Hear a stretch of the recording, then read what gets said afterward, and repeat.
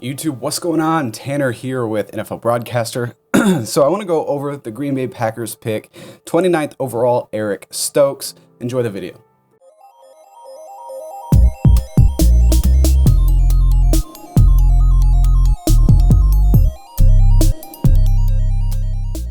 Eric Stokes, defensive back, cornerback out of Georgia. I'm going to tell you why this was a great pick for the Green Bay Packers.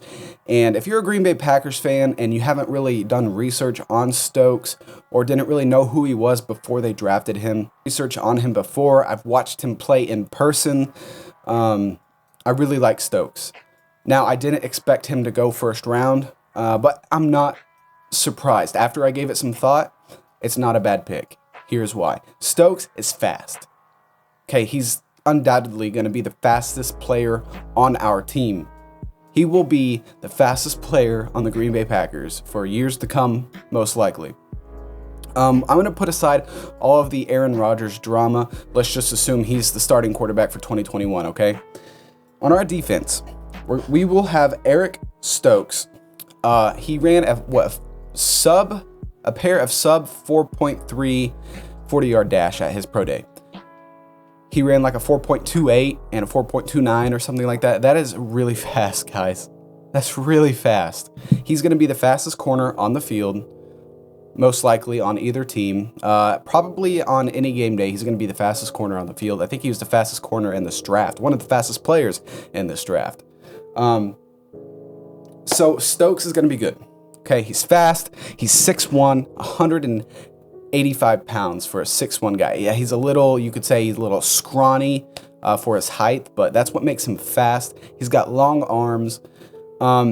Here's his stats from college. In 2018, he had played in 9 games. He had 16 tackles. 16 solo tackles, 20 total tackles. And he had 0 interceptions. He started to get criticism for not intercepting the ball after the 2019 season, but he did have 9 pass breakups as a freshman. In 2019, like I said, that's when he started receiving criticism for not, intercepting the ball. Well, okay, so he played in 13 games because they made the playoffs and everything. He had 38 total tackles that season.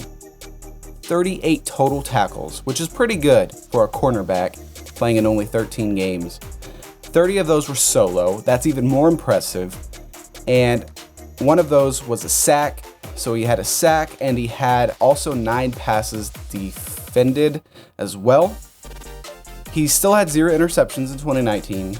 But as a junior in 2020, this last season, he played in 9 games, 14 solo tackles, 20 total tackles. So he took a step back in production when it came to tackles. He didn't have any tackles for loss this year or in 2020, but he did have 4 interceptions. 4 interceptions, pretty good for a college cornerback, and 2 of those were pick sixes. So he kind of shut up some haters. He returned 2 interceptions for touchdowns, pretty good, and he also had 4 pass breakups as well. He ended his career with 2 touchdowns from 2 pick sixes. He had 1 sack and 22 pass breakups. Not bad. Let me move this window out of the way. He also ended his career with 1 forced fumble. And you have to remember, he was playing in the SEC. The SEC is the toughest conference in the nation. He was playing against Justin Jefferson, the 2019 LSU championship. That's when he played 13 games, So he was playing against guys like Justin Jefferson, Marshall Jr., who was also with the Tigers, who's going to probably be drafted today in the 2nd round.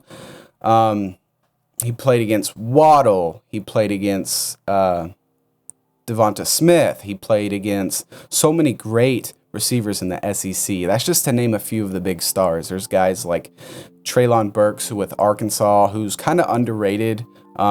He just plays for Arkansas, so that's the issue there. He's played against a lot of really top talent receivers. And there's more, I just haven't named them.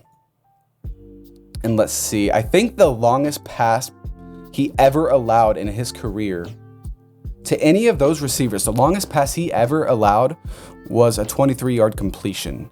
So he doesn't give up the big plays because he can keep his speed up with those receivers, with those huge, fast receivers that are now coming out of college. He's able to keep up with them, and then he can use his long arms to just swat the ball away. He does okay at turning his head, so he doesn't draw the penalty, but he has to work on that. He has to get better at that. So he just needs to work on pivoting his hips more. He's got a little bit of hip tightness, but if he can pivot his hips, turn his head, and break up a pass, I don't care if he doesn't intercept the ball as long as he doesn't allow a big play and can at least break up a pass. But in 2020, he was literally a ball hawk. It almost seemed like he was just all over the field all the time. You guys tell me though what you think of Eric Stokes. I'm trying to tell you why this wasn't a bad pick. If you're a Green Bay Packers fan, you guys need to be excited. We could imagine the 2020 NFC Championship game if instead of Kevin King, it was cornerback Eric Stokes, not letting Scotty Miller run straight past him for a touchdown to end that first half. It's a totally different ball game, guys. Eric Stokes could be a big difference here. We're only returning Chandon Sullivan, Kevin King, Jair Alexander, and I think we might have like Tony Brown, but we don't really count. We only had like 3 main starters last year, and Sullivan I liked him. I really do like Sullivan, but he doesn't have the speed, and he's a good tackler, but he's not your dependable CB1, CB2 guy. Kevin King obviously lacks the speed. He's not durable. He's just unhealthy a lot. You can't rely on Kevin King. So Stokes is going to be replacing him. The Packers are going to pick up the 5th-year option on Jair Alexander any day now, and likely an extension is going to come for him within the next year. So we are looking good. The secondary, guys, is looking solid. We're probably going to draft a wide receiver 2 today. There's plenty of talent left, so don't worry about that. There's still many wide receivers that are available, and I do expect the Green Bay Packers to trade up to mid-second round to draft a guy like Elijah Moore if he's available. And there's other great receivers that aren't even really looked at that you guys just got to really dig in deep and read the stats on these players, and you're like, okay, we still have time to get a good receiver. And the Packers are notoriously famous for drafting great receivers in the 2nd round. Jordy Nelson, Devontae Adams, and Randall Cobb all selected in the 2nd round of their NFL drafts, respectively. We're good, guys. We're going to be okay. Just remain calm. Eric Stokes was a good pick.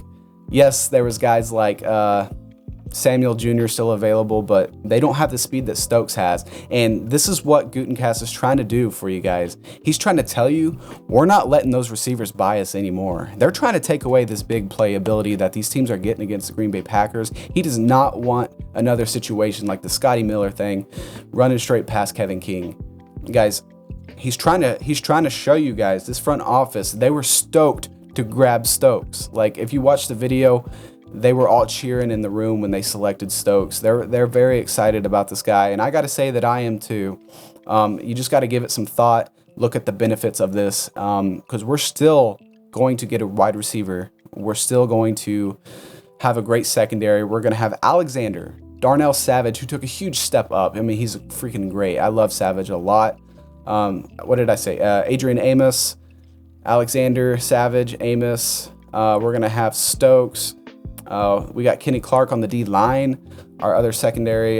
We got other players. I'm just not even thinking straight right now. But guys, tell me what you think down in the comments below. Stokes is a good pick. I'm just trying to tell you why. Anyways, guys, make sure you subscribe if you made it this far in the video. Thank you so much for watching. I will see you later.